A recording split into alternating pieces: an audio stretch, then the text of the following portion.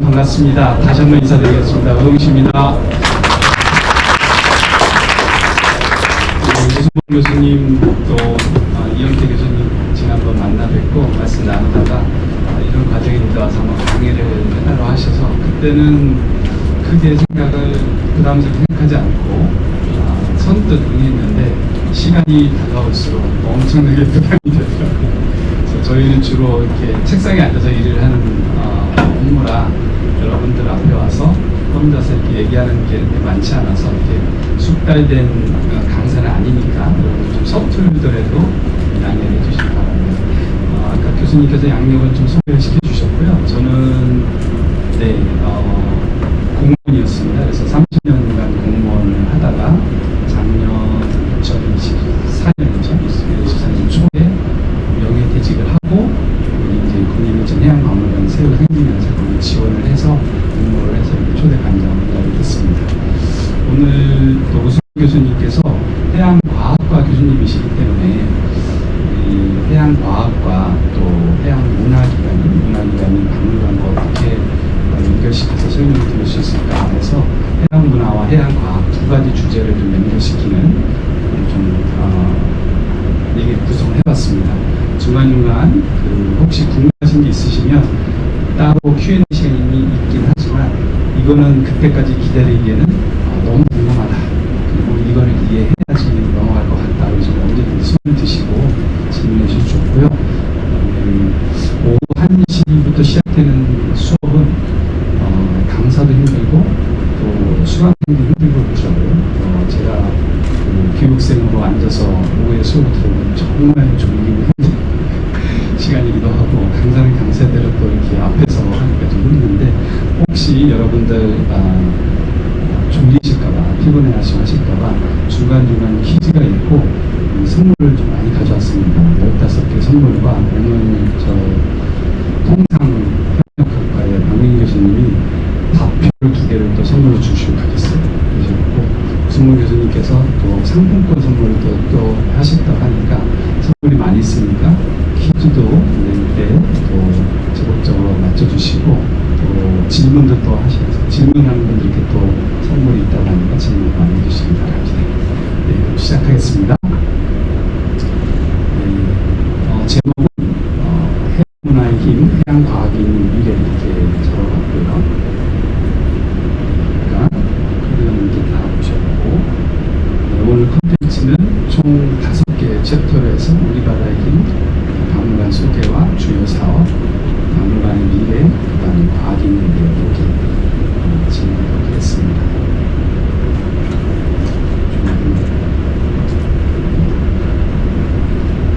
네, 여러분 이분 누구신지 잘 아시죠, 그죠? 백범 김구 선생인데요. 김구 선생님이 일제 식민지 시대에 독립운동도 하시고 감옥을 갇히고 여러 가지 고난 속에서도 독립운동을 하시면서 쓰신 일기가 있어요. 백범일지인데 백범일지를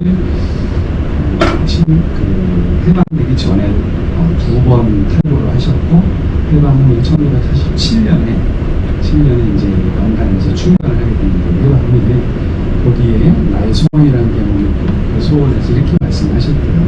다 아는 거니까 제가 좀 중요하게 읽겠습니다. 나는 우리나라가 세상에서 가장 아름다운 나라가 되기를 원한다. 가장 부강한 나라가 되기를 원하는 것은 아니다. 내가 남의 침략에 마음이 아팠으니 내 나라가 남을 침략하는 것을 원치 않는다. 오직 한없이 가지고 싶은 것은 높은 문화의 힘이다. 문화의 힘은 우리 자신을 행복하게 하고 나아가서 남에게 행복을 주겠기 때문이다. 지금 인류에게 부족한 것은 무력도 아니고 경제력도 아니다. 인류가 현재의 불행한 근본 이유는 인의가 부족하고 자비가 부족하고 사랑이 부족한 때문이다. 인류의 이 정신을 배양한 것은 오직 문화이다. 제가 학창 시절에 이걸 대학생 때 백범일지를 읽고 이 부분도 읽었는데 조금 너무 이상적이다. 그때 한 40년 전쯤에 제가 대학생활 할 때쯤에는 우리 우리나라 여전히 개발도상국이었고 세계에서도 또 어려운 나라 중에 하나였죠. 막 발전을 하긴 했지만 여전히 개발도상국이었고 근데 밥도 먹여주지 못하는 문화가 무슨 중요하다고 문화의 힘 더군다나 백범 김구 선생님은 이 식민지 시대에 이 글을 쓰셨고 또 식민지 바로 벗어난 해방의 1937을 발간하셨다고 하는데 식민지 시대에는 주권도 없는 나라에서 밥 먹고 살기도 힘들고 그런 나라에서 문화의 힘을 가장 바라보셨다고 하니 물론 이제 전제는 자유로운 자주 독립국가를 세우는 것에 내용 중에 이런 게 있었어요. 그런데 이제 시간이 지나면서 보니까 백범 김구 선생님 참 해안이 있으셨구나, 선견지능이 있으셨구나 그런 생각을 점점 더 하게 됐습니다. 여러분 아마 보통 2000년대 이후에 태어나셨겠죠, 그죠?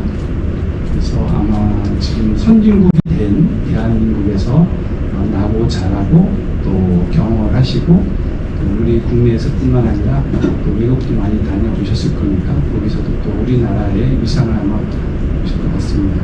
문화의 힘을 어디에서 많이 느끼시나요? 우리나라 문화의 힘을? 네. K-팝에서. 네, 맞습니다. 저도 하여간 우리나라 이 노래를 이렇게 세계 사람들이 좋아하는 거 깜짝 놀랐어요. 선물 하나 주셔야 되는데 우리 선물이 맨 처음에 하셨으니 골라서 가시게 우리 그 머그컵이 2가지 종류가 있고요. 그 다음에 뭐였죠? 에스프레소 잔이 2가지가 있는데 머그컵에는 고래가 쭉 그려있는 게 있고 그 다음에 점박이 물범이 그려있는 게 있고 에스프레소는 조그만 아주 깜찍한 잔인데 그것도 고래가 있습니다. 뭐를 원하시는 거예요? 식권도 있어요. 참. 인하공대 교수식당에 식권도 있습니다. 머그컵 고래로 드릴까요? 점박이로 드릴까요? 물범 오렌지색입니다. 네. 그 해양과학과 학생이신가요? 해양과학과 학생이신가요? 아니에요. 그럼 어디? 물범학과? 그러시면 알겠습니다. 감사합니다. 네, 말씀하신 대로 이쪽으로 해야 됩니다.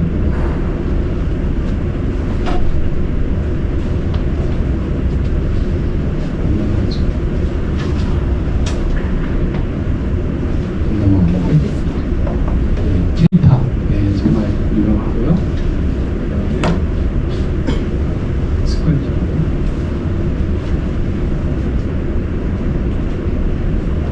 인하대학교는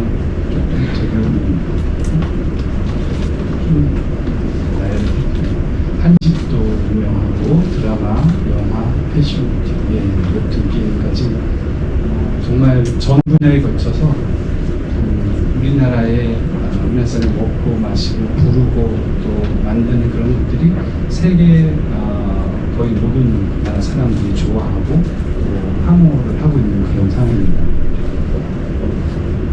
그런데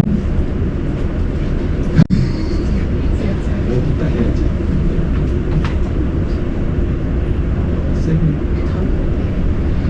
왼쪽에 있는 그 그룹이 누군지 아세요? 아시는 분? 네, 저도 몰랐습니다. 동방신기인데요. 네. 이 아마 좀 옛날 그 K-팝 2세대라고 하는데 1세대는 아니고 2세대라고 하는데 제가 유럽에서 3년 근무한 적이 있는데 프랑스에서 근무한 적이 있는데 연휴가 있어가지고 스페인 여행을 갔어요. 여행 갔는데 그 스페인에서 안내해 주시는 분이 몬주익 경기장 한번 보러 가자 해서 몬주익 경기장 버스를 타고 가고 있는데 그 경기장 바깥에 사람들이 쭉 줄 서서 앉아 있는 거예요. 그래서 사람들이 왜 이렇게 낮에 앉아 있냐 그랬더니 내일 동방신기가 공연을 하는데 그 표를 구하려고 이 사람들이 앉아 있다는 거예요. 그래서 동방신기 혼자 들어본 것 같은데 그래서 한국 가수들이 와서 공연을 하는데 외국 사람들이 와서 이렇게 표를 살려고 기다리겠구나. 그래서 그냥 이렇게 넘어갔는데 얼마 뒤에 이제 제가 제가 그때 초등학교 2학년에서 3학년 그 사이였는데 영어를 이제 잘 못할 때 갔으니까 잠깐 못할 때 갔으니까 학교에서 갔다 왔는데 아이들하고 버스를 타고 배를 타고 이렇게 같이 오는데 뭔가 음악이 나오는데 아이들이 한국 노래 같다고 얘기를 한다는 거예요. 그래서 에이 프랑스에서 무슨 한국 노래가 나오겠어 잘못 들었겠지 그러고 나왔는데 한 몇 주 지나면서 길에서 언론에서 이렇게 나는 거예요. 프랑스 언론에서 나오고 이제 CNN에서 나오고 해서 싸이가 그때 강남 스타일로 전 세계적으로 선풍을 일으켰는데 재밌는 에피소드는 우리 그때 아파트가 8층짜리 아파트였는데 제가 7층에 살고 있는데 8층에 그 당시 한 60대 중후반 되는 프랑스 할아버지 아저씨가 혼자 사셨거든요. 근데 밤늦게 11시 넘어가지고 쿵쿵쿵 하면서 음악이 들리기 시작하면서 싸이의 강남 스타일 이게 이제 웃집에서 이렇게 그 리듬하고 이 아저씨가 뛰는지 계속 쿵쿵 말춤을 추고 있었던 그래서 그때 프랑스에서 우리나라의 싸이라는 가수의 노래를 전 세계 사람들이 이렇게 반응을 하고 호응을 하고 하는구나 이 프랑스까지 그래서 한국 문화의 힘을 그때 처음으로 느끼기 시작을 했거든요. 근데 이때가 2010년에서 13년대가 프랑스였는데 제가 미국에 유학을 갔을 때가 97년 말에 갔으니까 98년, 99년 처음 미국을 갔을 때는 뭐 우리나라가 이제 개도국이었던 때라 한국을 잘 몰랐어요. 제가 그래서 미국에 가면 시골에 가면 다 백인들이니까 이제 동양인이 돌아다니면 딱 이제 물어보고 그 사람들 하이 하잖아요. 그래서 물어보는 게 어느 나라에서 왔냐고 먼저 물어보는데 어느 나라를 제일 먼저 그 사람들이 얘기했을까요? 맞아요. 중국. 하나 주시죠. 그래서 차이나에서 왔냐고 이렇게 물어보고 아니라 그러면 일본에서 왔냐 이렇게 물어보고 그것도 아니다 그러면 도대체 어디서 왔냐 그래서 이제 그 사람들 입장에서 동양은 중국과 일본밖에 안 보이는 거죠. 그래서 한국에서 왔다 하면 놀스? 북한은 그때 이제 불량국가로 세계적으로 알려져 있으니까 불량국가 많이 알려져 있고 한국, 남한은 불량국가가 아니면서도 또 뭐 이렇게 잘 사는 나라도 아니고 여러 가지 면에서 이렇게 알려지지 않는 나라죠. 그 정도로 우리나라의 존재가 미미했고 또 우리 일주일에 한 번씩 대학원 다닐 때 그때 세미나를 하는데 세미나 할 때 전부 파티를 하거든요. 그래서 각자 이제 세미나 끝나고 좀 가져온 음식을 가지고 이렇게 서로 나눠 먹는 전통이 있었는데 같이 유학하던 한국 학생 하나가 김을 가져왔어요. 김. 근데 그거를 이렇게 맛보라고 이렇게 주니까 지금도 기억나는데 캐나다에서 왔던 그 여자 대학원생이 표정이 이딴 걸 갖다 주느냐 씨위드라고 그 사람들은 바다에 대한 잡초라고 이해를 하고 또 한쪽에서는 블랙 페이퍼 검은 종이라고 이렇게 부르고 했거든요. 그래서 도저히 그 사람들 입맛에는 맞지 않는 거였는데 지금은 뭐 없어서 못 먹을 정도로 좋죠. 네, 그걸 넘어서 최근에는 K-pop 데모를 Recording in progress.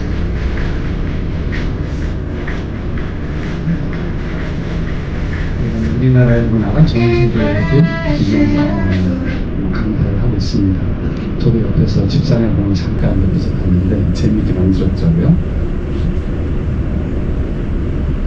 네, 그래서 이런 열풍과 더불어서 K-pop 대만 콘테스트에서도 또 그 배경이 한국, 특히 서울을 중심으로 해서 한국의 여러 장면, 문화, 건물 이런 장소들을 다 보여줘서 또 한국의 전통 문화에 대해서도 굉장히 열풍이 일고 그 국립중앙박물관에서 만든 전통문화 굿즈가 아주 열풍을 일으키고 있답니다. 그래서 반가사유상, 그 다음에 취객 선비 잔인데 이게 잔에 이게 물이나 뭐 술이 따르면 요 선비의 얼굴이 붉게 변한다는 건데 그 다음에 이 호랑이나 까치겠지 이런 것도 있고요. 아까 지금 두어 개 나눠드렸는데 우리 국립 인천중앙박물관에서도 두 가지 종류의 굿즈를 만들었는데 지금 나눠드린 것 중에 아까 처음 맞추신 선생님 맞추신 분이 500을 받습니다. 저 왼쪽에 그 전박입니다. 인천광역시의 상림동 전박입니다. 오른쪽은 혹등고래 그림으로 그렸고 우리 직원이 직접 디자인을 한 오른쪽은 에스프레소 잔 세트도 아직 그건 안 나왔죠. 네, 그래서 원하시면 아직 재고가 남아있을 때 원하시면 그걸 드리겠습니다. 예, 정식 퀴즈를 하나 했습니다. 아까 처음에 백범 김구 선생의 말씀으로 시작을 했는데 김구 선생께서 이제 식민지 시대에 수감이 돼서 인천 지역에 수감이 돼서 강제 노역을 하셨는데 강제 노역을 하시면서 이 지역에 있는 시설 하나 유명한 시설 하나를 또 여기 동원돼서 지으셨어요. 그게 혹시 뭔지 아시는 분? 네, 좀 땡기서 먼저 드셨네. 네. 인천항 석초. 예, 일단 맞췄다고 해야 되겠네요. 그냥 이게 감을 만드는 데 쓰였던 석축이니까. 네, 다시. 인천항에 있는 감문, 그 다음에 옆에 있는 석축까지 만드는데 동원이 돼서 뭐를 원하시나요? 아무거나 드릴까요?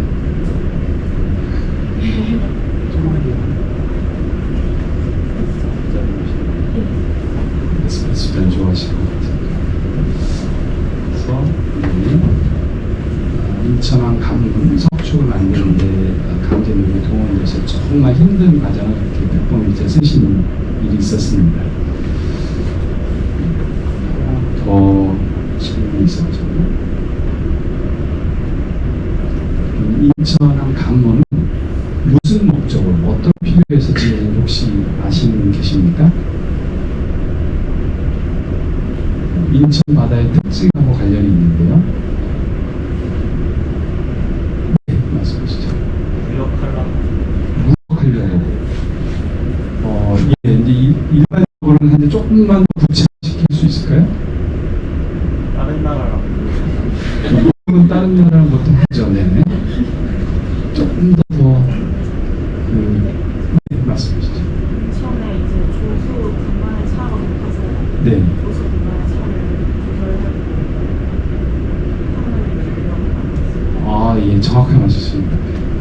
하나 드리고요. 네, 이분은 그래도 일단 맞추셨으니까 식권 하나 드릴까요? 교수 식당에 식권 드리겠습니다. 네, 인천 잘 아시다시피 인천 앞바다는 약 조수간만의 차가 9m 정도 되거든요. 그래서 만조대하고 간조대 차이가 썰물일 때 9m 정도 차이가 나는데 썰물일 때는 수위가 9m 정도 낮아지니까 연안은 갯벌이 많이 드러나고 또 수심이 얕아져서 큰 배가 들어올 수 없어요. 그래서 좀 외 바깥에 그 월미도 인근 바깥에다가 배를 대놓고 조그만 통선 이용해가지고 화물을 날렸는데 그러다 보니까 하루에 상시 출입이 어렵고 또 큰 배가 가까이 되지 못하는 굉장히 여러 가지 부대 비용이나 시간 지연이 많이 됐습니다. 그래서 1911년부터 18년 사이에 한 7년에 걸쳐서 인천항 감문을 만들었습니다. 그럼 바다는 지금 우리에게 어떤 문화적 힘을 주고 있는지 좀 살펴보도록 하겠습니다. 혹시 네 가지 숫자가 나왔는데 이 숫자에 대해서 좀 어떤 의미인지 바다와 관련해서 좀 아시는 분을 맞춰주시면 선물 드리겠습니다. 네, 복수로 맞춰도 됩니다. 뭐 아까 맞췄다고 참지 마시고. 네.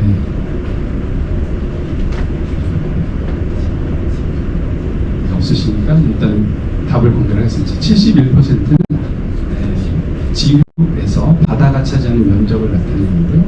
80%는 전 지구의 전 세계에 있는 생물 종류의 80%가 바다에 있다.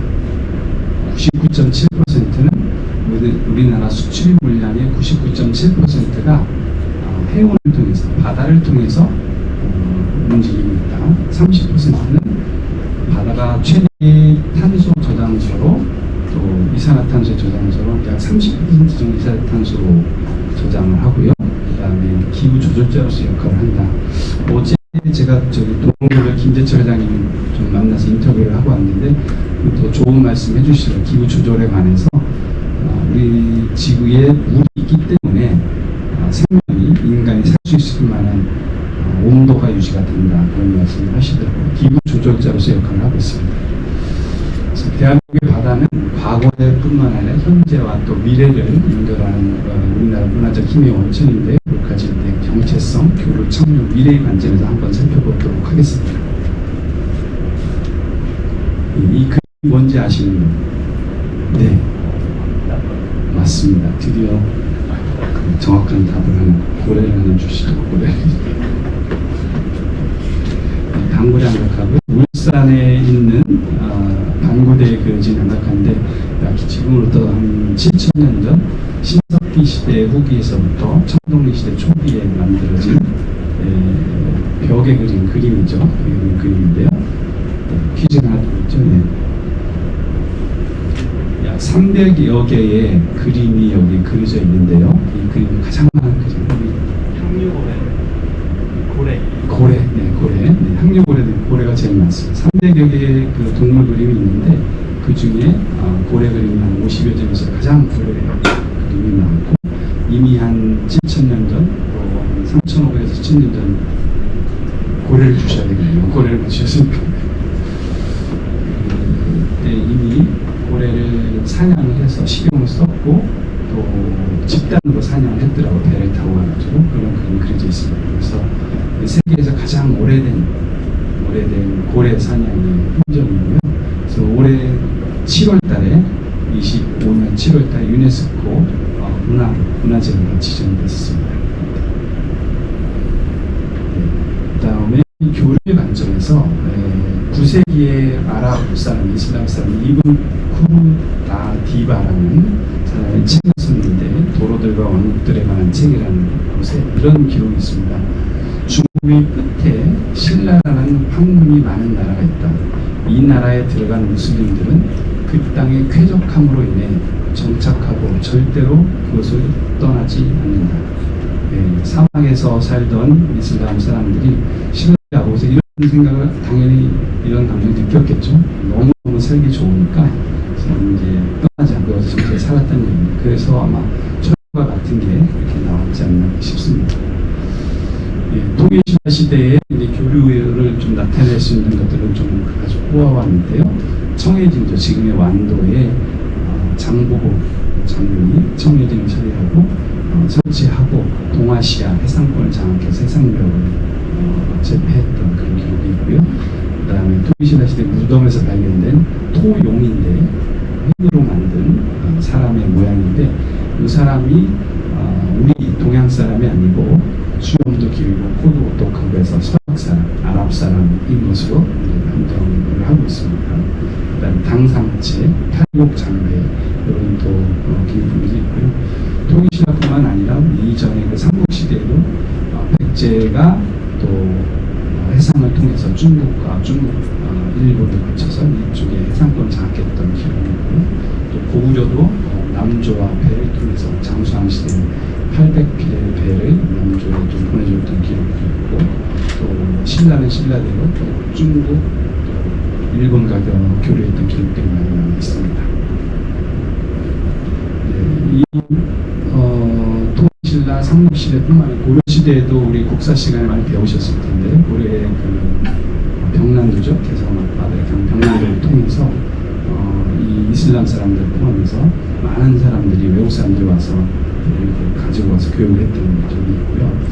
근데 우리가 이제 역사상 조선 시대에 들어오면서 명나라가 해군 정책을 취하면서 또 조선도 같이 그에 맞춰 해군 정책을 취했습니다. 일반인들이 바다에 나가서 활동할 수 없도록 금지를 하는 바람에 조선 시대 약 500여 년간 우리나라 사람들이 바다에 대한 진출과 접근이 차단이 되는 바람에 우리 오랫동안 이어졌던 바다를 이용한 활동, 교역, 교류 이런 것이 이제 굉장히 뜸해지고, 그런 걸로 인해서 우리 지금 현대에 사는 우리들에게 바다가 굉장히 멀게 느껴지는 그런 분위기가 너무 많았습니다. 네, 우리나라가 다시 돌아와서 그쵸. 해방 후에 우리가 6.25를 거치면서 남북이 분단이 되면서 사실 오랫동안 대륙에 붙어 있으면서 대륙과 교류를 하면서 발전을 많이 해왔고 대륙과의 연결이 강했었는데 북한하고 이렇게 휴전선으로 이렇게 분단이 되면서 이제 북쪽으로 대륙을 통해서 땅을 통해서 접근을 할 수 없게 되면서 사실상은 우리나라가 섬나라가 됐습니다. 섬나라 되는 바람에 우리가 자원도 부족하고 정말 석유라든지 광물이라든지 그런 지하 자원도 부족하고 또 식량도 부족하고 모든 것이 부족한 나라에서 먹고 살기 위해서 생존을 위해서 우리 선대 우리 앞세대들이 바다로 진출을 하게 되었고 그곳에서 우리나라 현재 발전의 원동력 기틀을 다지게 되었습니다. 한 사진은 컨테이너선인데요. RC-5 HMM이라고 예전에 현대상선이었는데 이름 HMM을 바꿨고 우리나라 이제 국적 선사인데 거기서 만들어서 발주를 해서 지금 운항하고 있는 건데요. 규모가 약 길이가 한 400m 정도 되고요. 실으시는 짐이 24,000 TU라고 합니다. 이 TU는 6m짜리 옥타가 나는데 12피트 6m짜리 컨테이너가 24,000개가 실을 수 있는 그런 배인데요. 이게 어느 정도 규모냐 하면 초급파이 약 70억 개를 실을 수 있다고 하고요. 라면은 약 5억 5천만 개. 우리나라 전 국민이 매일 세 끼를 라면을 먹으면 4일을 조금 더 먹는 4일을 조금 다 채우지 못하는 그 정도로 3, 4일 정도 먹을 수 있는 분량이고요. 길이로 한번 6m짜리를 24,000개를 곱해보면 얼마가 나오냐면 144kg가 나옵니다. 처음에 제가 부산에서 이거보다 좀 작은 배죠. 한 2만 TU, 18,000TU짜리를 이렇게 보러 갔는데 그분이 설명하시면서 이거 컨테이너 쭉 누리면 울산까지 간다는 거예요. 에이, 그래서 말이 되냐고. 나 해보라고 그러더라고요. 그래서 제가 핸드폰 꺼내서 핸드폰에 계산기가 계산을 해보니까 100kg 넘더라고요. 근데 이거는 그보다 훨씬 더 큰 배고 세계 최대 배거든요.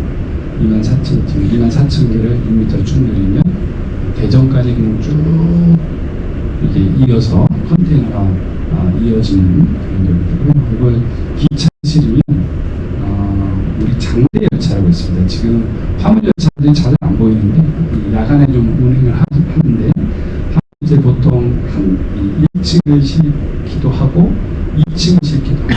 많이 하면 2층을 싣는데 두 칸을 이렇게 두 개를 우아래 싣고 객차를 쉬운 데까지 장대 열차가 이제 제일 많이 운전하는 열차인데 장대 열차 240개가 필요하고 열차는 그 앞뒤로 이렇게 저기가 있잖아요. 끄는 기반 그런 열차가 그런 부분까지 또 연결고리까지 조금 사이까지 합치면 이건 한 180km 쭉 연결이 됩니다. 그 정도로 어마어마한 분량을 한 번에 나를 수 있는 배가 지금 바다에 떠다니고 있다. 그러니 우리 육지에서 여기서는 이제 인천항 그 주변이니까 컨테이너 실은 그 화물차들 종종 보시죠, 그죠? 그런 컨테이너가 하나 두 개 싣고 다니고 저기는 24,000개 또는 12,000개 정도를 싣고 다니고 그러니까 트럭이 24,000개 쭉 하시다고 한번 생각해보면 그런 정도의 그 짐을 한 번에 실어서 날릴 수 있다. 그러니까 육지하고 바다하고 비교가 안 되는 거예요. 육지는 높낮이도 있고 국경도 있고 뭐 계곡도 있고 뭐 하천도 있고 이런 데를 통과해서 다녀야 되는데 배는 쭉 갈 수 있는 거죠. 그 다음에 바다에 부력이 있기 때문에 상당히 행동을 할 수 있고 그래서 지금 선진국 중에 우리 아는 선진국 중에 바다가 없이 선진국인 나라는 정말 눈을 씻고 찾아봐야 되는 제가 OECD 있을 때 거기 생각을 해보니까 오스트리아하고 스위스밖에 없다고 제가 아는 한 선진국 중에 오스트리아, 스위스는 좀 역사적으로 좀 유래가 있죠. 스위스는 심지어 스위스는 바다가 없음에도 불구하고 세계 2위의 섬사를 가지고 있습니다. 정말 바다가 정말 국가 경제 발전에 진짜 중요하다. 옛날보다 지금 훨씬 더 중요해서 우리나라 현대에도 우리나라가 지금 이렇게까지 발전하는 데 큰 유동이 됐습니다. 예, 그러면 바다는 우리나라 사람만 이렇게 중요하다고 하는 거냐? 그렇지 않습니다. 세계에서 그들도 바다의 가치에 대해서 얘기를 했는데, 미국의 미래학자 제러미 리프킨 몇 달 전에 여기 그 인천 한강공사하고 인천시에서 주최한 인천국제 포럼에 이분이 이제 키노트 스피커로 왔더라고요. 그래서 거기서도 얘기하시는데, 우리는 땅의 행성이 아니라 물의 행성에 살고 있다. 해양 생태계 회복과 물순환 시스템의 회복이 없이는 인류의 생존도 지속될 수 없다. 이렇게 얘기를 하시더라고요.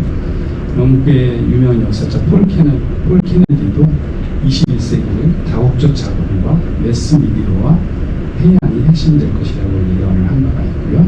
프랑스 경제학자 작가 타니는 무역, 권력, 영망, 사상, 평화, 전쟁 모두가 여전히 바다 위에서 그리고 바다 밑에서 일어날 것이다. 그래서 바다의 중요성을 강조하는 바가 있습니다. 또 바다는 우리의 미래하고도 연결이 되어 있는데요. 조력 발전, 남극 장보고 기지, 해상 폭력 발전, 또 심해 조사, 로봇 여러 가지 활동을 통해서 우리가 좀 유추해 볼 수 있듯이 지속 가능한 해양과 또 자원의 활용, 그리고 기후 변화 대응, 미래의 식량 이런 모든 것에 우리의 미래를 책임질 그런 것이 바다입니다. 네, 대한민국의 해수산 그러면 세계에서 어느 정도 수준이냐? 이 일을 하는 것은 세계적인 조선 강국들 우리나라 중국하고 선박 건조, 수주, 일리를 계속 서로 좀 앞서는 기술을 하고 있는데 세계적인 조선업 강국으로 자리매김을 해서 최근 보고 계시죠? 미국과 관세 협상할 때 미국이 관세 협상을 두들기면서 한편으로 쪽에 지금 바라고 있는 아주 목메달을 바라고 있는 게 조선업을 좀 부활시켜달라는 겁니다. 미국에 의존할 수 있는 우방국 동맹국 중에 한국밖에 없는 거죠. 그 정도로 조선업이 발전을 있고 우리는 조선업의 초석을 깔아놓으신 분 중에 한 분이 신동식 회장이라는 분이 계세요. 저는 작년에 인터뷰도 하고 그랬는데 이분이 1932년생이신 아직도 아주 왕성하게 활동하고 계시고요. 본인이 6.25 사변이 났을 때, 전쟁이 났을 때 부산에 피난을 갔다가 매일 먹고 살기 위해서 미군이 수송하는 그 군수 물품을 부두에 하얀 노동자로 일을 했대요. 그래서 하루 일을 하면 $1달러를 줬다고 하시는 것 같은데, 그러면 그거 받아서 가족이 먹고 살고. 자기는 이제 청년 때였는데 어마어마한 배에서 군수물자 식량이 내리는 걸 보고 저런 배를 우리도 좀 만들어봤으면 좋겠다. 나도 저런 배를 좀 만들어야 되겠다. 그래서 이제 조선공학과를 들어가셨대요. 조선공학과에 들어가고 이제 대학을 졸업을 했는데 정로에서 대학을 졸업했는데 이제 일할 데가 없는 거예요. 회사가 없으니까 그때 생각에 스웨덴이 그때 그 조선 강국이었다고요. 스웨덴에 있는 조선 회사에 자기가 이제 편지를 썼다고 해요. 챗GPT 그때 없었으니까 친필로 써서 보내고 그쪽에서 답신을 받아서 그 스웨덴에 가서 배우고 또 일을 하면서 전문성을 더 쌓고 그래서 미국 회사에도 스카우트했다가 또 영국 회사에도 스카우트해서 일을 하고 있는 중에 박정희 대통령 시절에 해외 있는 우수 인재를 유치를 해서 경제 발전을 시켜야 되겠다 해서 추천을 하라고 했는데 영국 대사님이 이분을 추천을 해가지고 30대 초반에 이제 청와대에 들어와서 일을 하게 되면서 그때 경제 수석으로 초대 경제 수석을 하면서 우리나라 중화공업에 이제 설계를 이분이 하셨고 이제 조선공업을 자기가 이제 조선을 공부를 했고 전문가니까 배를 만들어야 되겠다. 이게 고용 창출 효과도 좋고 다른 사람의 연관 효과도 좋으니까 이렇게 이제 보고를 하고 대통령 허락을 받았는데 이 돈은 당신이 가서 좀 해외에 가서 차관을 좀 빌려라 해서 이제 세계를 돌아다니면서 그 돈도 이제 해서 받고 오늘날 그 유수한 조선소가 제일 많이 있는 지역 혹시 아시나요? 우리나라에서 조선소들이 많이 있는 지역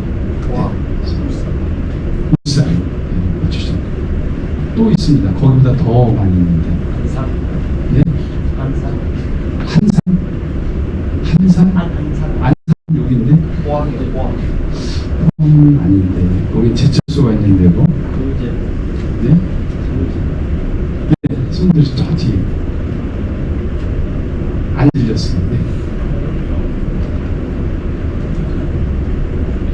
안 들려요. 그게 맞아요. 크게 한 번. 옆에 분이 좀 대신하시고. 홍영. 살짝 비켜가셨습니다. 그제. 아, 예, 저기 계신, 나이 드신 학생이 말씀, 거제도에 대우조선하고, 또, 지금 하나오션이 갔죠, 그죠?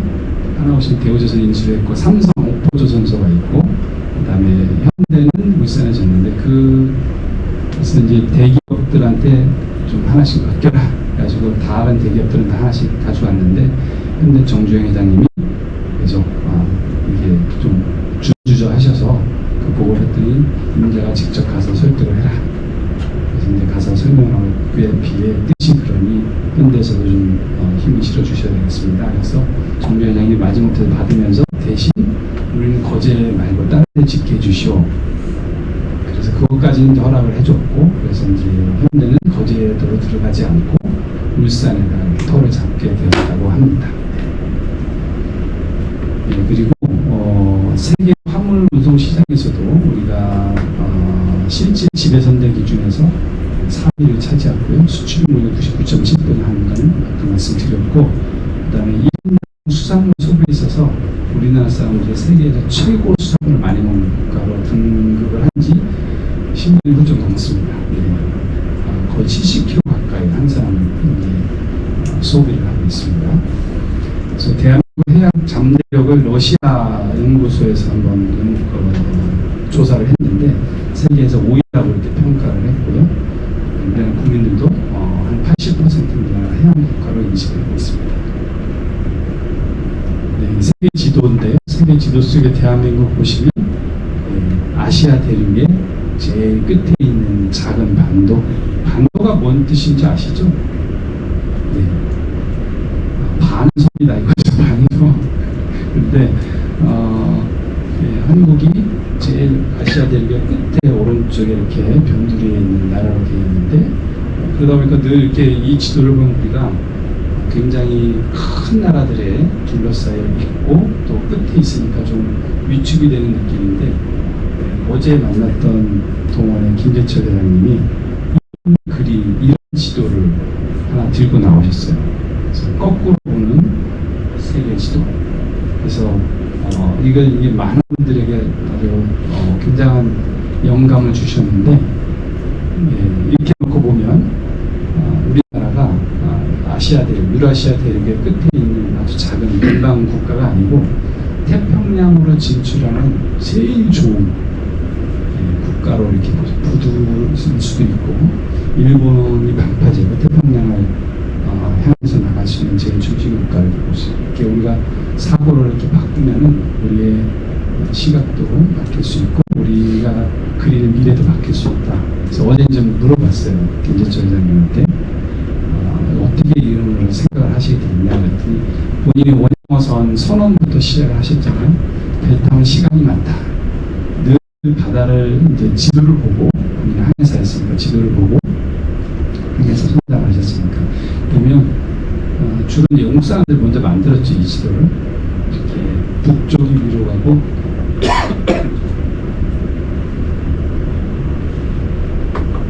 북쪽이 위로 가고 남쪽이 아래로 가는 그런 지도고, 그다음에 대서양을 중심에 두고 그런 지도였기 때문에 한국은 제일 far east죠. 극동에 조그만 나라인데 자기는 이렇게 거꾸로도 보고 했다. 그래서 거꾸로 보니까 우리나라가 변방의 아주 작은 주변 국가가 아니고 태평양을 향하는 중심 국가라는 것을 제가 깨닫고 이거를 여러 곳에 이제 홍보를 했고 또 이것을 받아서 많은 사람들이 또 영감을 얻었습니다. 그럼 이 지도 보셨죠? 그죠? 보신 적 있으시죠? 그래서 정부에서도 이런 중요한 바다를 좀 국민들에게 알리기 위해서 해양 역량 강화를 위한 해양 문화 교육에 대한 정책적 관심이 좀 증대를 해서 여러 가지 법이나 제도도 마련을 하고 또 권역별로 해양문화 시설 확충하고 또 해양 교육 문화를 확산하고 대중화하는 그런 노력을 하고 있습니다. 권역별 해양문화 시설 한번 보여드릴까요? 지도 속에서 지금 해양수산부에서 만들고 있는 해양문화 시설 이렇게 6개를 권역별로 보여드리는데요. 수도권에는 국립인천해양박물관이 있고, 동해권에는 국립울진해양과학관이 있고, 그다음에 서해권에는 국립해양생물자원수업청이 있고요. 내륙권에는 국립청주해양과학관 건립 중이고요. 그다음에 서해권에는 국립수산박물관 이것도 아직 이전이고요. 건립이 안 됐고요. 동남해권은 국립해양박물관이 부산에 위치해 있습니다. 그러면 좀 쉬운 수인데요. 쉬운 퀴즈인데 가장 최근에 개관한 국립해양문화시설은 무엇일까요? 네, 저 카메라 뒤에 앉아 계신 여학생. 자, 네, 맞습니다. 국립인천해양박물관이 제일 최근 지어진 해양문화시설이고요. 2024년 작년 5월에 Recording stopped. 그다음에 12월 11일 날 개관을 했습니다. Recording in progress. 제가 뭐 얘기한 건 없는데 네, 박물관 소개하는 영상 한번 좀 보여드리겠습니다. 사람과 바다, 세계를 잇는 국립인천해양박물관. 국립인천해양박물관은 바다의 가치를 지키고 전합니다.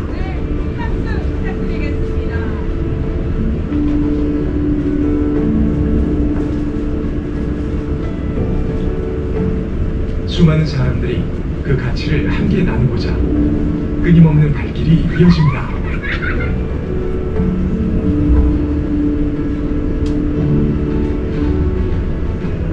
다양한 전시를 통해 그 생생한 이야기를 직접 만나볼 수 있습니다.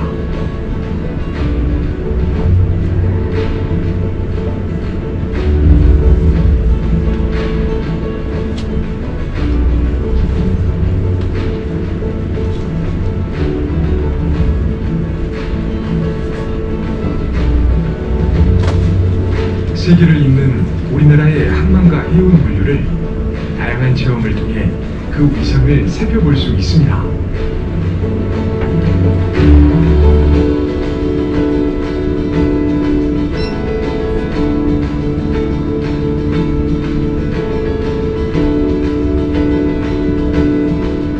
바다는 우리에겐 삶을 선물해주며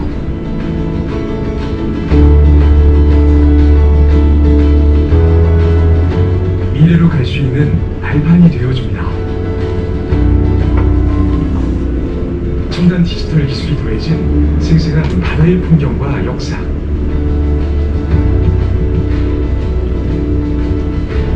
눈앞에 펼쳐지는 바다의 시간 속으로 당신을 초대합니다.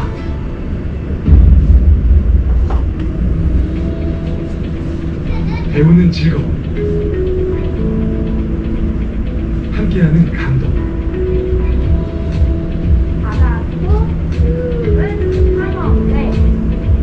문화와 교육이 어우러진 이곳에서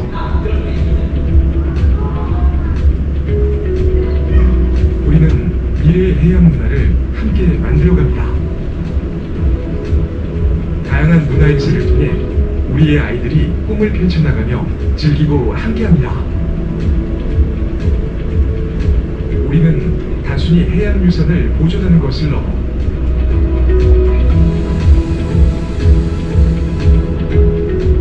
과거를 비추고 현재를 기록하며 미래를 함께 그려갑니다. 우리는 답을 찾기 위해 멈추지 않고 항해합니다. 우리의 바다를 지키고 바다를 사랑할 미래의 아이들에게 희망을 전합니다. 국립인천해양박물관.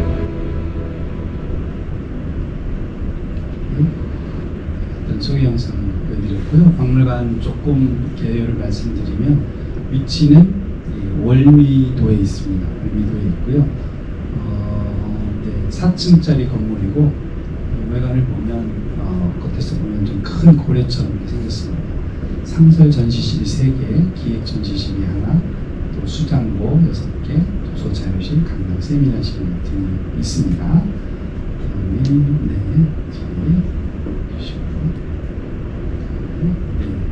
우리 미션과 미션은 법에 있는 우리 해양유산 보존 연구 전시하고 해양문화 진흥과 산업의 지속 가능한 발전에 기여하는 것이 저희들 미션이고요. 비전은 사람, 바다, 세계를 담는 해양박물관.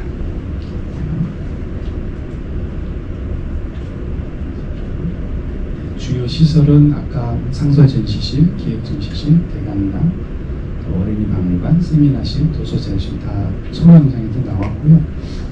이 중에서 제가 제일 매일 한 번씩 들리는 장소가 있는데, 물론 뭐 다른 데도 제일 좋아하는 장소가 있는데, 가끔 그 아는 형님 보니까 퀴즈를 냈는데 본인이 뭘 좋아하는지 뭐 이런 걸 물어보세요. 저런 거를 물어보냐 했는데 가끔 보니까 재미도 있더라고요. 그래서 오늘 이 퀴즈를 한번 제가 제일 좋아하는 장소 6개 중에 두 분이 제일 먼저 드셨으니까 네, 두 번째입니다. 맞습니다. 네. 도서 자료실 낸 적이 있고요. 어린이 박물관의 두 번째로 좋아하는 데인데, 네, 저도 네, 아는 형님 퀴즈를 냈습니다. 네. 10번을 드리면 좋을 것 같아요. 하나 주셨으니까 맛있게 드시라고. 네.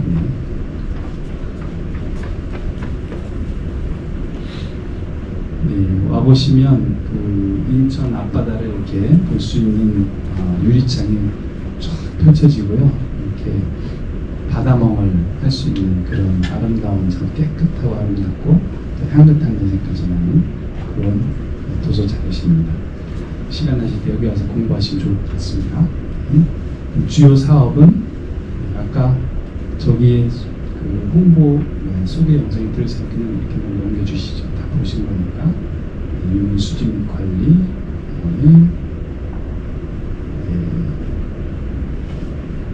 학술 행사, 학술 자료하는 거, 그 다음에 전시, 특별전, 그거 잠깐만 보주실래요? 특별전 지금 고래와 인간 7월부터 10월 12일까지 고래와 인간 특별 기획전을 하고 있고요. 그동안 이 고래에 관해서 여러 기관에서 조금씩 전시를 했었는데 이렇게 또 생태학적인 관점과 또 인문학적 관점을 종합해서 하는 전시는 처음이라고 하더라고요. 그래서 여러 기관에서 협조를 해주셔서 고려인간 지금 하고 있고요. 요 오른쪽에 맨 밑에 있는 거는 반구대 한각화 탁본인데요. 인하대 박물관에서 저희들이 대여를 해주신 거고, 전국에 지금 이제 반구대 한각화 가보신 분도 있으실 텐데 오랜 시간 지나서 좀 마모가 됐어요. 그래서 이렇게 지금은 탁본을 또 이렇게 확연하게 잘 안 나온다고 해요. 근데 70년대 초에 이나대 교수님이 탁본을 뜨셨고 지금 전국에 이 정도 수두로 남아있는 탁본이 4개가 있다고 지금 귀한 작품을 빌려서 전시를 했습니다. 퀴즈. 아까 골격이 있었나요? 네. 전시에 우리 3층 로비에 보면 저런 고래 뼈를 지금 전시를 하고 있는데 이 고래 뼈는 어떤 고래? 고래의 종류가 여러 가지가 있습니다. 예, 드디어 이제 밍크고래. 맞추셨습니다. 한 번에 못 맞추면은 사지선다를 하려고 했는데 맞추셨습니다. 밍크고래 뼈를 지금 저희들이 구해서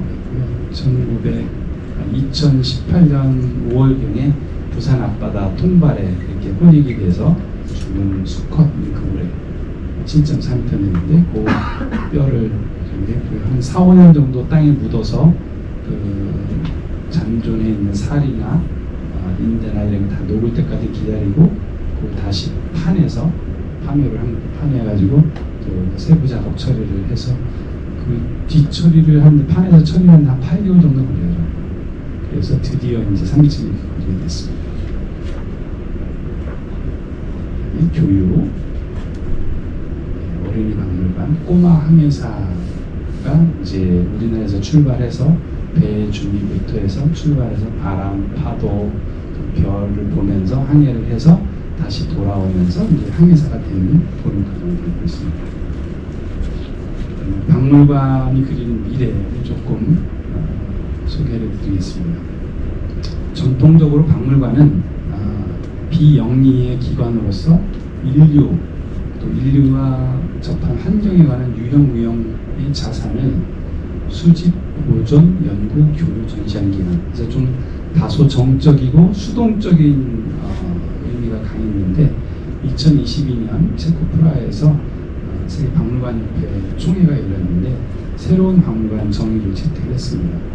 대중을 위한 포용적 공간, 즐거움과 다양한 경험을 제공하는 장소, 다양성과 지속 가능성을 촉진하는 기관, 그다음에 지역사회 문화협력기관, 공동체가 참여하고 협업하는 기관, 사회문화기관으로서 역할을 이렇게 강조하는 쪽으로 과거에는 유물 중심의 정적이고 수동적인 그런 기관이었다면 이제는 사람 중심, 또 지역사회 연계하는 좀 능동적인 개방적인 기관으로 변화를 했습니다.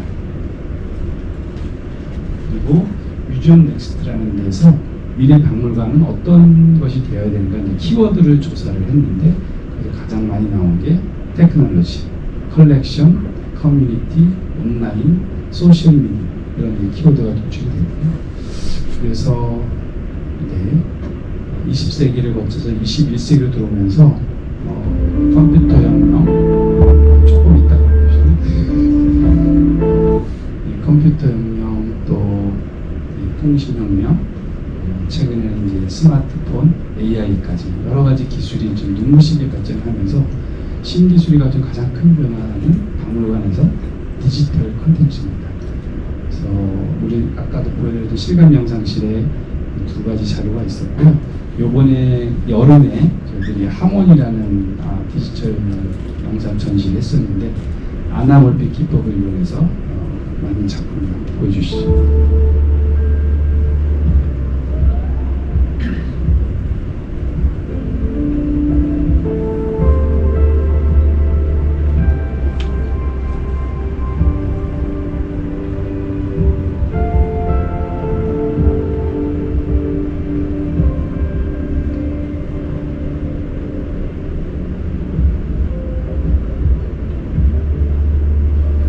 가로 20m, 세로 6m 크기의 이 패널에 200개의 디지털 패널을 연결을 해가지고 영상을 보냈는데 실제 바다와 고래를 촬영한 게 아니고 순전히 그래픽 기법, 아나몰픽 기법을 이용해가지고 창조해낸 작품이었는데 저도 그렇고 와서 보신 분들이 실제 바다에 있는 것보다 더 바다 같다 할 정도로 굉장히 좋은 평을 하고 가셨는데 이런 작품들이 속속 나오고 전문가가 여기 계십니다. 이정 선생님도 계시고 또 다른 것도 한번 보여주시죠.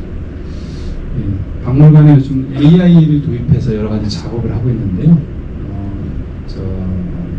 네덜란드죠. 네덜란드의 화가, 빛의 화가 렘브란트라는 작품을 마이크로소프트하고 또 박물관하고 그다음에 네덜란드 델프트 공대랑 협업을 해서 렘브란트가 당시에 그렸던 그림들 여러 가지 자료들을 AI를 통해서 학습을 시켜서 오늘날의 그 렘브란트가 지금도 350년 전에 돌아가셨는데 지금도 살아있다고 하면 어떤 그림을 그렸을까? 과거의 자료를 다 학습시켜서 AI를 통해서 그려보게 했습니다. 그 과정을 한번 보여주시죠. We gather the data from his collection of paintings from many different sources, including 3D scans and upscale images using a deep learning algorithm.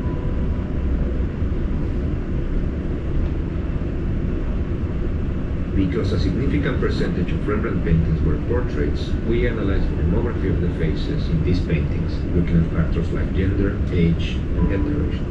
The data led us to the conclusion that the subject should be a portrait of a Caucasian male with facial hair between 30 and 40 years old, in dark clothing with a collar, wearing a hat, and facing to the right. from there, we started to extract features only with faces that were related to that specific profile. We had to create a whole painting from just data, and we used statistical analysis and various algorithms to extract the features that make Rembrandt. We took parts of the face and we started to compare them, and then 네, 이래서 이런 분석 과정 거치고 또 자료를 AI를 통해서 공부를 시켜서 AI가 학습을 한 뒤에 이 지금 살아있다고 이런 작품을 그렸습니다. Even if it's computer generated, for me it is something special.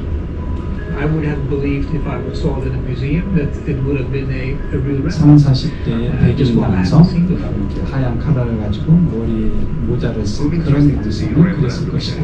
그 렘브란트의 기법을 다 적용해서 이렇게 Trying to 새로운 create something 작품을 out of that. So I 만들었습니다. think he will be happy. 이렇게 실리도 적용되고요. 다른 예도 한번 보시죠. 그다음에 살바도르 달리 미술관이 미국 플로리다 주에 있는데 이 박물관에서 AR을 이용해가지고 또 작품을 만들었어요. 그래서 실제 달리가 스페인에서 태어난 초현실주의 화가인데 미국에서 활동했던 모양입니다. 그래서 여러 가지 그 작품들, 그 달리가 남긴 작품들과 자료들을 학습을 시켜서 이 달리를 달리가 이제 남겨놓은 사진과 또 영상도 있더라고요. 그, 새로운 달리를 지금 살아있는 인물처럼 만들어낸 거죠. 좀 주시죠. Him and his paintings. There comes a moment in every big person's life when they realize they adore Dali. In your life, this moment will also be known as Wednesday. Go tell it to your friends. Mr. Dali, very live. Before you leave, you will take a picture with me. Yeah. Allora. 1, 2, 3.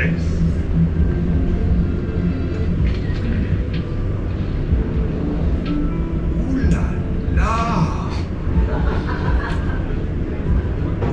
Would you like me to send you this dream photograph?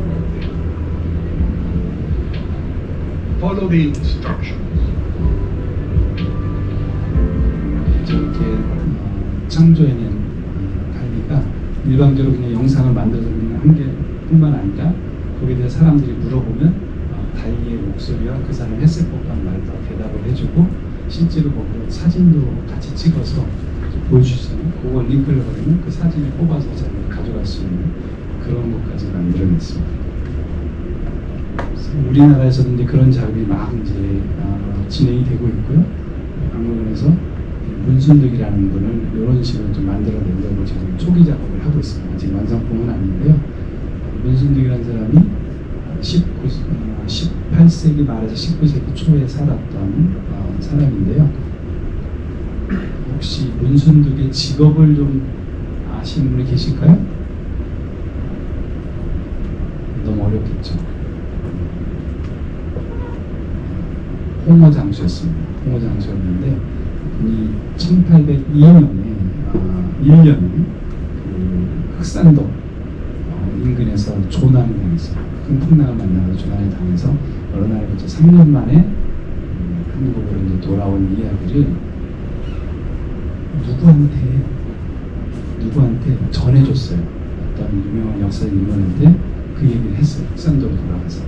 그랬더니 그분이 책으로 남겼어요. 그걸 듣고. 그 당시 흑산도에 있었던 역사적인 인물이 누구인지 맞췄습니다. 역사를 전공하시나요? 교양을 배웠는데 이렇게 잘 알고 계시죠. 정약전 선생한테 이 얘기를 했고 정약전 선생이 그거를 다 기록해서 표해 시만 바다에서 떠돌아다녔던 표류했던 이야기의 시작과 끝 해가지고 기록으로 남겨서 그 책이 남아있고요. 그다음에 이렇게 요거를 해간 지금 AI를 통해 가지고서 만들어서 지금 전시를 하려고 하고 있습니다. 넘어갈게요. 맞죠, 그죠?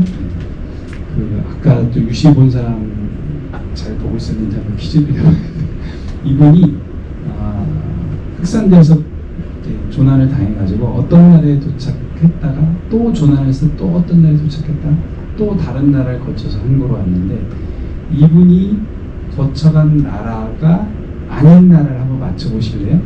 제가 한번 보기를 사지선다 드려볼게요. 1번 대만, 필리핀, 중국. 사지선다입니다. 일본, 대만, 필리핀, 중국. 이 네 나라 중에 문순덕이 거쳐가지 않은 나라. 네, 교양. 네, 뒤에 계신 분. 대만입니다. 맞추셨습니다. 맞습니다. 처음에 조난을 당해서는 지금 일본에 속해 있는 ryukyu라고 하죠. 오키나와에 표류를 했고 거기서 중국으로 통해서 들어왔어요. 그랬어요. 당시에. 근데 또 배를 탔는데 또 조난을 당해서 이번에는 필리핀을 갔고 그 다음에 거기서 이제 상선을 얻어 타고 마카오를 거쳐서 국경 거쳐서 시리즈로 해서 다시 조선으로 돌아온 3년간의 기록을 남겼습니다. 그 다음에 우리 이제 박물관에서는 새로 1년 생긴 지 1년 됐는데 인천이 자리를 잡고 있기 때문에 인천과 서해안을 중심으로 여러 자료와 전시도 하고 있지만 또 바다라는 게 세계와 연결되어 있고 해양은 더군다나 연결이 되어 있기 때문에 다른 해양 국가들과 또 이전의 문명, 실크로드를 따른 문명, 이걸 좀 연결시켜서 국제 교류전을 주기적으로 하려고 하는데 첫 번째 연결이 된 데가 지금 그리스가 연결이 됐습니다. 오늘 초에 그리스 대사님 전화가 와서 좀 내년이 한국과 그리스의 외교 관계를 맺고 65주년 기념인데 본국의 문화부 장관님이 좀 이런 걸 했으면 좋겠다고 해서 좀 전화를 했다고 하더라고요. 제가 이제 저쪽 사진은 그리스 가서 저기 여기 해양부 장관님인데 해양부 장관님하고 우리 한국 주 그리스 한국 대사님 같이 좀 미팅을 하면서 협의를 했던 내용이고요. 그래서 내년 하반기에 그리스 해양 문명도 열 예정입니다. 그래서 꼭 기억해 두셨다가 구경 오시기 바랍니다. 그 다음에 과학인 내일에서 이걸 좀 했습니다. 저희가 해양과학과 홈페이지에 들어가 보니까 이런 연구들, 활동들을 하고 계신다고 소개가 되어 있더라고요. 해양조사, 해양생태, 해양자원, 해양공간 이 모든 것이 다 우리 연결이 되어 있고 또 실생활에 정책이나 실생활에 연결이 되어 있다는 것을 좀 살펴봤고요. 뒤로 이 피코그램이라는 걸 아마 이제 해양 과학 하신 분들이 좀 하악이나 해보신 분들이 좀 들어보셨을 건데 피코그램의 단위가 어느 정도 질량을 뜻하는지 아시는 분 계십니까? 먼저 주관식으로 한번 해보고 안 되면 객관식으로 해보겠습니다. 네, 객관식으로 가시죠. 1g에 1000분의 1이다. 100만분의 1이다. 100억분의 1이다. 1조분의 1이다. 네. 네? D번. 네, 맞습니다. 1조분의 1g입니다. 주시죠.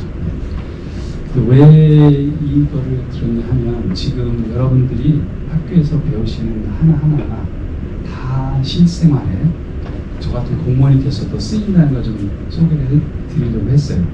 2004년쯤으로 기억이 되는데 제가 유학을 마치고 돌아와서 해양환경과에 이제 사무관으로 일을 하고 있었는데 당시에 지금 우리 키오스트 연구원들하고 아마 인하대 교수님하고 꼈을 것 같은데 활동해서 연구한 장기간 프로젝트가 있었어요. 7년간 프로젝트인데 2년차 연구에서 우리나라에서 유통되는 수산물에 이런 환경 호르몬이 얼마나 되어 있는지 조사를 하시는데 어떻게 하셨냐면 나중에 보니까 이제 이렇게 이쪽에서 1부 사고 저쪽에서 몇 킬로 사서 막 갈아가지고서 하셨대요. 그래서 어느 곳에서 어느 어종에서 나오는지 모르겠는데 WHO에서 정한 그 기준이 4피코그램이었어요.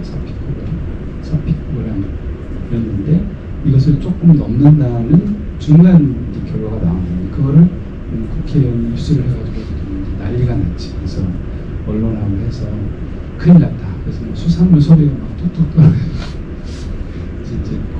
국정감사 때 이걸 이제 질문을 하고 언론에 발표하고 질문을 하는데 이걸 이제 장관님께 보고는 또 장관님이 대답을 하셔야 되니까 이해를 시켜 드리는 과정에 알아보니까 전문가들께 알아보니까 1조분의 1g이고 그 다음에 이 WHO에서 정한 그 기준이 60년 동안 4피코그램을 매일 먹었을 때 100만 명당 한 명에서 암이 발생할 수 있는 확률을 기준치를 정해놓고 이렇게 해놨다고 하더라고요. 그래서 그걸 듣는 순간 제가 이거 아무것도 아니니 당장 이거 먹으면 다 죽을 것으로 생각을 하고 큰일 난 거 생각하고 막 언론과 이제 저세계에서 다들 이제 걱정을 많이 하고 있었는데 내용을 파악해 보니까 별게 아니었어요. 그래서 제가 자료 작성해서 중간 간부들 다 보고드리고 장관님 걱정하지 마시라. 이거는 실제로 사람 몸의 위해성은 엄청나게 많은 그런 뭐라 그러나 좀 예방적 조치라고 해야 되나 신중하게 기준을 설정을 해서 사람 몸에 이해가 안 되게 그렇게 설정해 놓은 거라 일시적으로 이렇게 넣는다고 해서 그게 건강에 문제가 된다거나 저는 생각이 안 되니까 걱정하시고 자신 있게 말씀하시라고 이렇게 했어요. 그래서 이것을 몰랐을 때는 다들 막 전전긍긍 했었거든요. 그래서 이제 내용을 알고 보니까 이건 우리가 충분히 대체할 수 있는 수준이고 지금 여러 곳에서 여러 개가 지금 분명히 된 거니까 다음부터 좀 정확하게 이걸 좀 나눠서 하고 좀 정밀하게 조사를 하겠다 이렇게 말씀을 드린 적이 있습니다. 다음은 제가 또 겪었던 일인데 제가 해양환경정책 팀장을 하면서 허베이 스피리트 아마 그때는 너무 어려서 기억이 안 나실 수도 있는데 2007년 12월 7일 날 발생했어요. 또 8시쯤 출근하는데 하여간 이제 도착한 직전에 전화가 왔어요. 전화가 와서 큰일 났습니다. 이런 큰 사고가 나가지고 큰일 났고 장관님한테는 살짝 먼저 보고 드리고 장관님은 빨리 이제 현장을 간다고 가셨고 그래서 상황보고 가시기 직전이니까 와서 상황보고를 하라고 그러더라고요. 그래서 상황보고를 드렸고 그때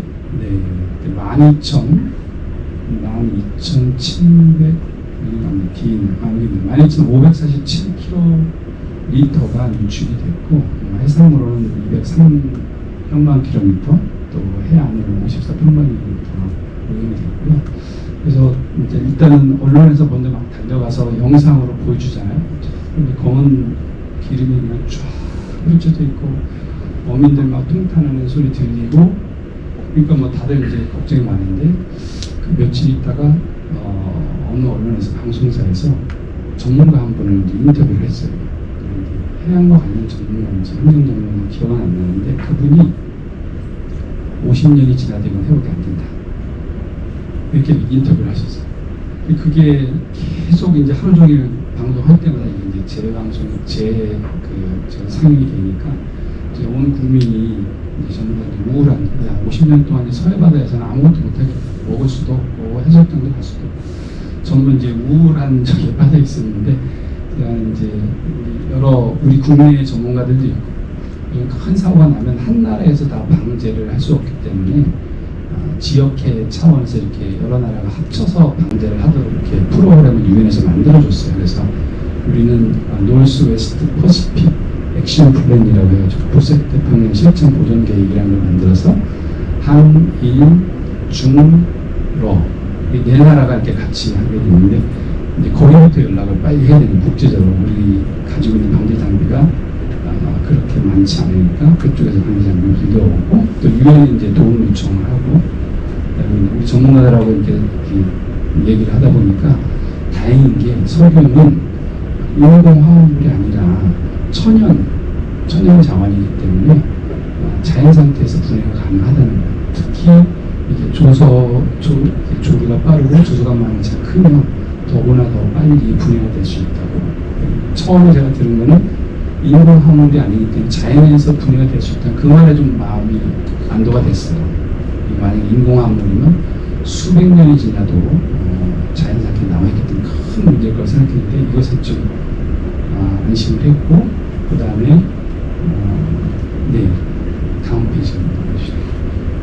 다음에 그 유엔에서 전문가 그룹이 들어왔는데 그때 욕을 엄청 먹고 있었죠. 저희들이 매일 2시간밖에 못 자요. 그래서 새벽 4시까지 근무를 하다가 집에 잠깐 가서 1시간 눈 붙이고 그러고 1시간 2시간 눈 붙이고 샤워를 하고 회사를 날 8시간이 나오는 거예요. 그럼 이제 중요한 회의하고 중요하지 않은 회의, 보통 때는 다 중요한데 그 당시에는 이제 뭐 회사를 가르면 저기 아니면 중요하지 않으니까 중요하지 않은 회의 때 좀 졸고 다시 이제 정신 차려가지고 그런 저기를 하는 시기였는데 유엔 전문가 그룹이 왔어요. 와서 이제 공항을 통해서 새벽에 들어와서 이제 모시고 와서 현재까지 우리가 조치한 거 이렇게 쭉 리포트를 했어요. 그랬더니 9분이 오셨던가 그랬는데 어쨌든 모두들 상당히 잘했다. 초기에 이 엄청난 재난이 벌어졌는데 초기에 꽤 잘했다. 이렇게 얘기를 하셔서 마음이 좀 놓였어요. 그랬더니 일단 우리는 현장을 좀 보고 싶다. 그 당시에 이제 해양수가 서울에 있었으니까 그렇게 합시다. 그래서 우리가 좀 저기를 좀 조금 중형 버스를 좀 빌려놓은 게 있었으니까 그걸 타고 이제 갔어요. 갔는데 얼마나 많은 전화가 오는지 온 언론에서 다 제 전화로 이 사람들이 인터뷰를 좀 하고 싶은데 어떻게 만날 수 있냐. 그 사람들이 또 뭐라고 하더냐. 이분 이제 저를 통해서 이제 어레인지를 하고 싶어서인데 이분이 현장을 안 봤기 때문에 섣불리 예단해가지고 하면 또 다른 정보가 좀 오해가 일어날 수 있어 제가 이분들이 현장을 돌아본다면 현장을 돌아보고 그런 기회를 만들겠습니다. 그랬더니 이제 그렇게 해서 이제 모시고 가서 현장을 쭉 보더니 그 본부에서 보고한 것보다 더 긍정적으로 평가를 해요. 참 진짜 잘하고 있다. 그래서 우리 지금 국내에서 엄청 그렇죠. 두려움이 돼 있다 그랬더니 이런 큰 재난이 벌어졌을 때 어느 누가 바로 이쪽에 있어 그리고 다 할 수 있는 나라는 없다. 시간은 걸리지만 이런 큰 재난에 대해서 지금 침착하게 잘 대응을 하고 있더라고요. 쭉 보다가 이제 전화가 이제 하도 빗발치고 보고 그러니까 아무래도 언론 브리핑을 하지 않으면은 그걸 다 막아내기 어렵겠더라고요. 장관님한테 전화를 드려서 지금 이러저러한 상황인데 전문가들 현장에 다 받고 지금 꽤 긍정적 평가를 하고 있고요. 언론에서는 지금 너무너무 요구가 많습니다. 이 사람들 말하는 거에서 막을 수는 없는 사정 없는 것 같습니다. 그러면 언론 브리핑을 하라 그러더라고요. 그래서 해양경찰서에 연락을 해서 바로 이제 브리핑을 잡고 1시간 후에 하겠다. 근데 언론이 그렇게 많이, 대원이 그렇게 많이 나오더라고요. 1시간 후에 갔는데 막 이제 발 디딜 틈도 없이 이제 카메라 기자들이 들어서 이제 그분들 앞에서 이제 설명을 하면서 그 전문가 한 분이 그런 얘기를 하더라고요. 이 상태로 방대를 하면 올 여름, 그때는 1월이었거든요. 1월 초인데 올 여름이면 해수욕장 개장이 가능하다.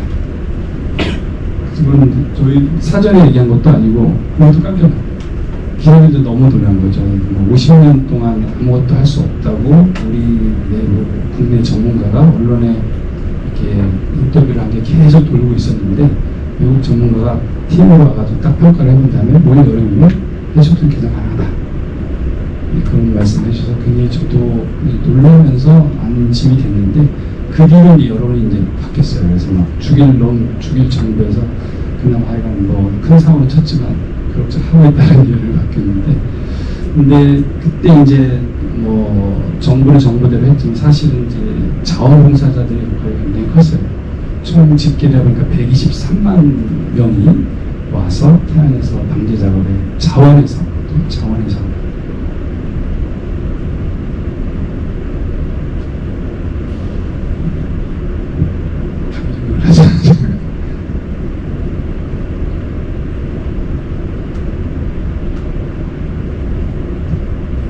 전 7년, 8년이었으니까 지금 17년, 18년 전인데 그때 생각하니까 또 이렇게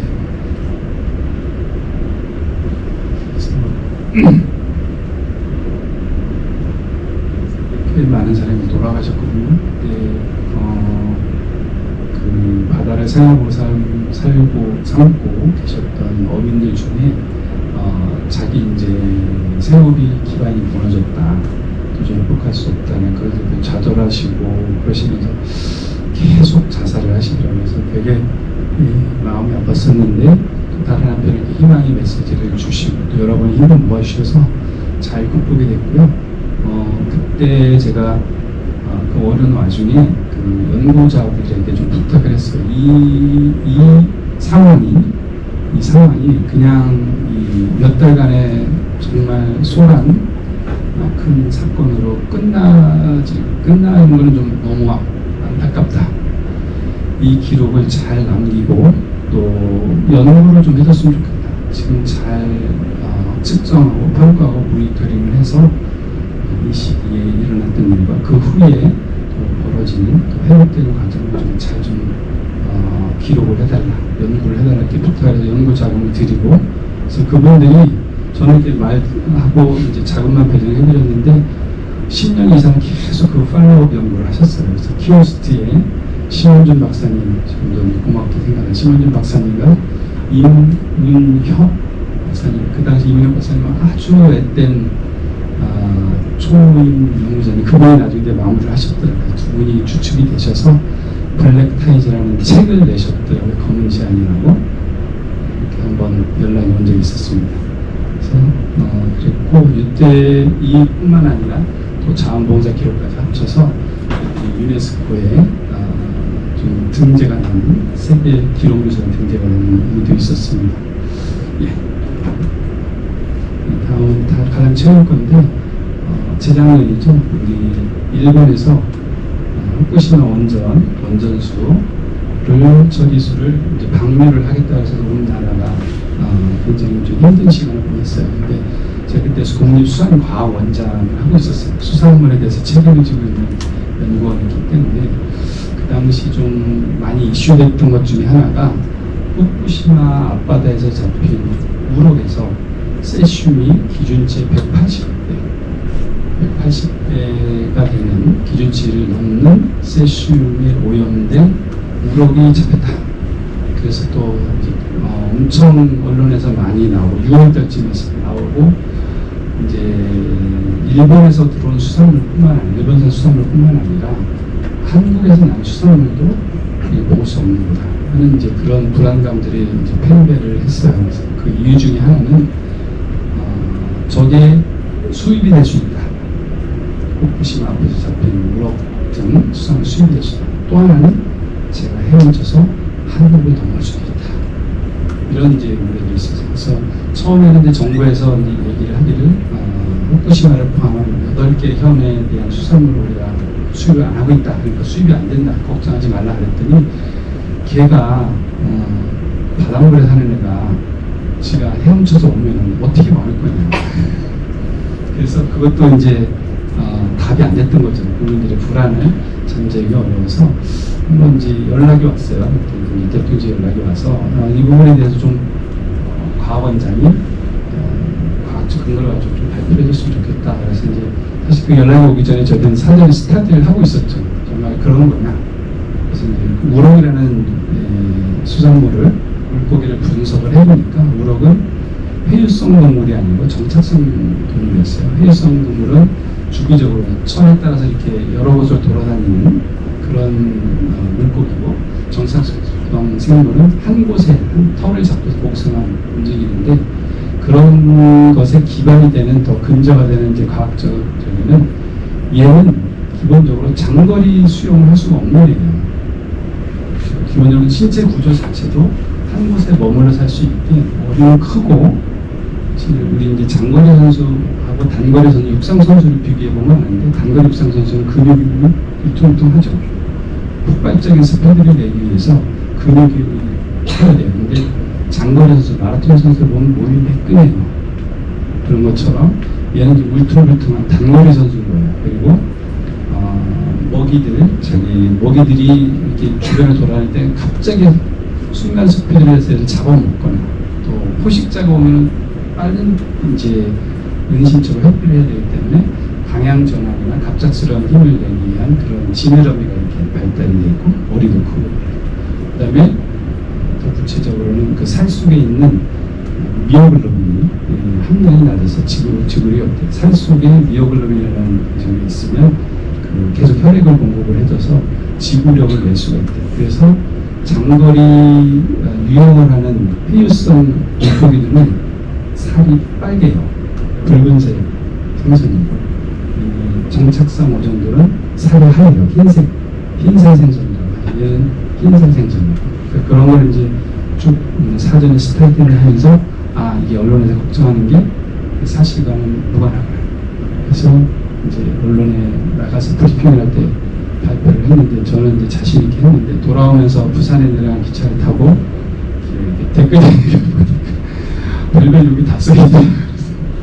그래서 세상 태어나서 제일 많이 욕을 먹었던 기억이 있습니다. 근데 2023년에 정말 많은 분들이 걱정을 많이 하셨는데 실제로 이제 과학적인 걸 이제 잘 알고 해보면은 크게 걱정할 일이 없었는데 우리나라가 너무 많은 소고동을 치르고 좀 걱정을 하고 낭비를 했었던 기억이 있습니다. 예, 여러 가지를 말씀드렸는데 여러분들 저는 이제 해양과학과만 생각하고 왔는데 해양과학뿐만 아니라 여러분들 대학에서 또 대학원에서 배우신 여러 가지가 있을 겁니다. 근데 그런 것들이 그냥 숙제를 하기 위해서 학점을 잘 받기 위해서 어디 시험을 통과하기 위해서만 배우는 게 아니고 실제로 현장에 나가면 다 필요하더라. 저는 이제 사회과학대학을 나왔어요. 사회과학대학을 나오고 자연 또 해양학 공부를 사실은 이제 하지 않았죠. 근데 중학교 때 배웠던 생물, 고등학교 때 배웠던 화학, 지구과학 이런 게 직장에 들어오니까 다 쓰이더라고요.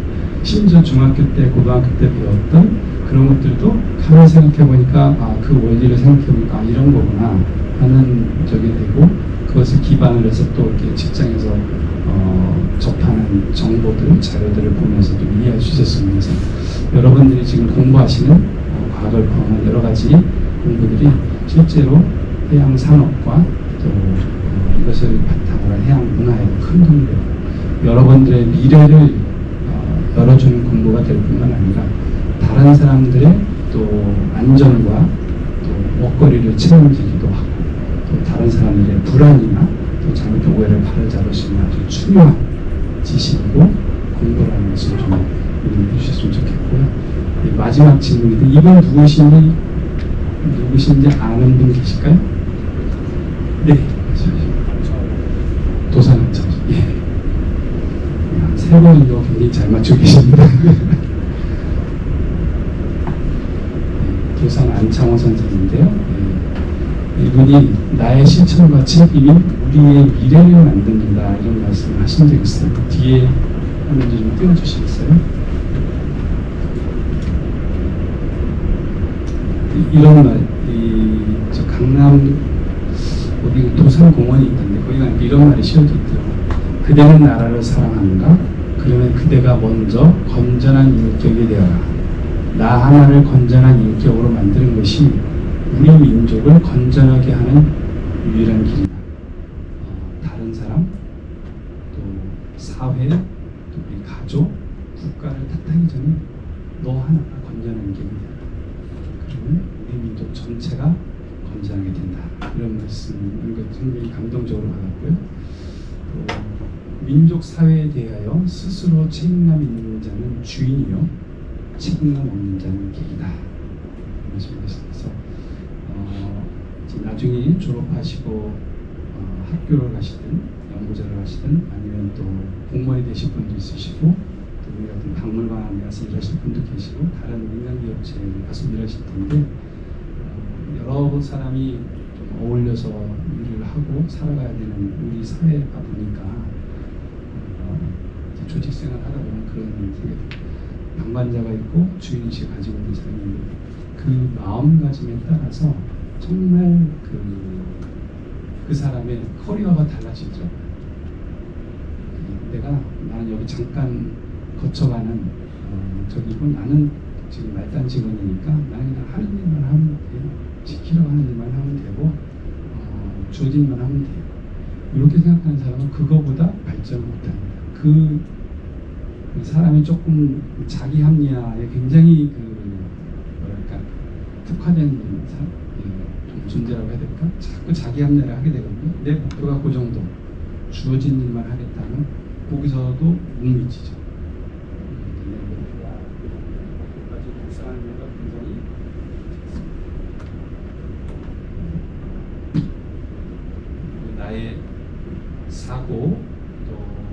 생각, 업무의 정도도 자꾸 한계가 지어져.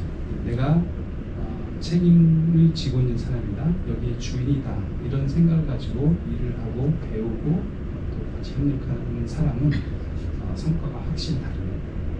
것들 그래서 잘 배우시고 사회에 여러 곳에 또 진출하시는 우리 사회 중추가 되실 텐데, 방관자로서 주어진 일만 소극적으로 하는 사람이 아니라 어디서든지 내가 이곳에 속해 있는 한 이곳의 주인이고 책임자다, 이런 마음을 가지고 일을 하시고 다른 사람과 협력하는 어디서든지 최고의 인재로서 환영을 받을 것이라고 생각합니다. 감사합니다.